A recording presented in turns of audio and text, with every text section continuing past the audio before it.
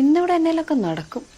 CA എന്ന് പറയുന്നത് 2019 പ്രകടന പത്രികയിലുള്ളതാണ്. അതായത് എന്താണോ പ്രഖ്യാപിക്കുന്നത് അല്ലെങ്കിൽ നടപ്പാക്കുമെന്ന് വാഗ്ദാനം ചെയ്യുന്നത് അത് നടപ്പാക്കുന്ന പാർട്ടിയാണ് എന്ന് കാണിച്ചുകൊണ്ട് we have delivered the poll promise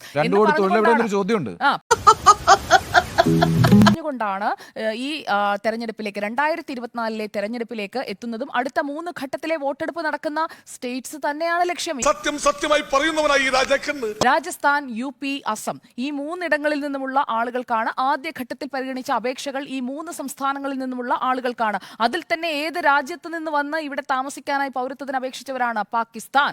അപ്പോൾ പാകിസ്ഥാനിൽ നിന്ന് വന്ന ഈ പെർസിക്യൂട്ടഡ് മൈനോറിറ്റിക്ക് ഇവിടെ പൗരത്വം നൽകുന്നുണ്ടെങ്കിൽ ദാറ്റ്സ് എ ക്ലിയർ അജണ്ട. അതിൽ എന്താണ് സംശയം? അതൊന്നും എനിക്കറിയാൻ മേല. ഇങ്ങനെ എന്തെങ്കിലുമൊക്കെ പറയുമ്പോഴേ എന്റെ മനസ്സിനൊരു സന്തോഷം ഉണ്ടാവുള്ളൂ. ഞാൻ എന്റെ സന്തോഷം നോക്കിയാ പോരെ. ഈ നേരത്തെ വാഗ്ദാനങ്ങളെ കുറിച്ചും പ്രോമിസിനെ കുറിച്ചും പറഞ്ഞല്ലോ. അതേ പ്രോമിസിലുണ്ടായിരുന്നതാണ് ഈ കള്ളപ്പണം പിടിച്ച് 15 ലക്ഷം കൊണ്ടുവരുമെന്ന് പറഞ്ഞത്. അതേ പ്രോമിസിലുണ്ടായിരുന്നതാണ് 1 വർഷം 2 കോടി പേർക്ക് തൊഴിൽ കൊടുക്കുമെന്ന് പറഞ്ഞത്. അതേ പ്രോമിസിലുണ്ടായിരുന്നതാണ് ഇന്ധനവിലയടക്കം പകുതിയാക്കുമെന്നുള്ളത്. അതേ പ്രോമിസിലുണ്ടായിരുന്നതാണ് സംസ്ഥാനങ്ങൾക്ക് വിഹിതം ധനകാര്യ കമ്മീഷന്റെ ഭാഗത്തുനിന്ന് കൊടുക്കുമെന്ന്. അതേ പ്രോമിസിലുണ്ടായിരുന്നതാണ് രാജ്യത്തെ കർഷകർക്ക് 50% മിനിമം സപ്പോർട്ട് പ്രൈസ് സ്വാമിനാഥൻ കമ്മീഷന്റെ പണം കൊടുക്കുമെന്ന്. എവിടെ?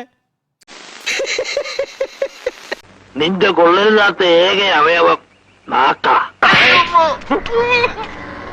എത്ര കിട്ടിയാലും പഠിക്കൂലെന്ന് വെച്ചാൽ അതുപോട്ടെ. നാറികൾ അങ്ങനെ പലതും ചെയ്യും. പിന്നെ വൈകുന്നേരം നന്ദി പ്രകടനത്തിന് കാണാം. ശരി ശരി. ജയ് ഹിന്ദ്. ജയ് ഹിന്ദ്. എല്ലാവർക്കും സന്തോഷമായല്ലോ. എനിക്ക് സന്തോഷമായി. എല്ലാവർക്കും പിരിഞ്ഞു പോവാം.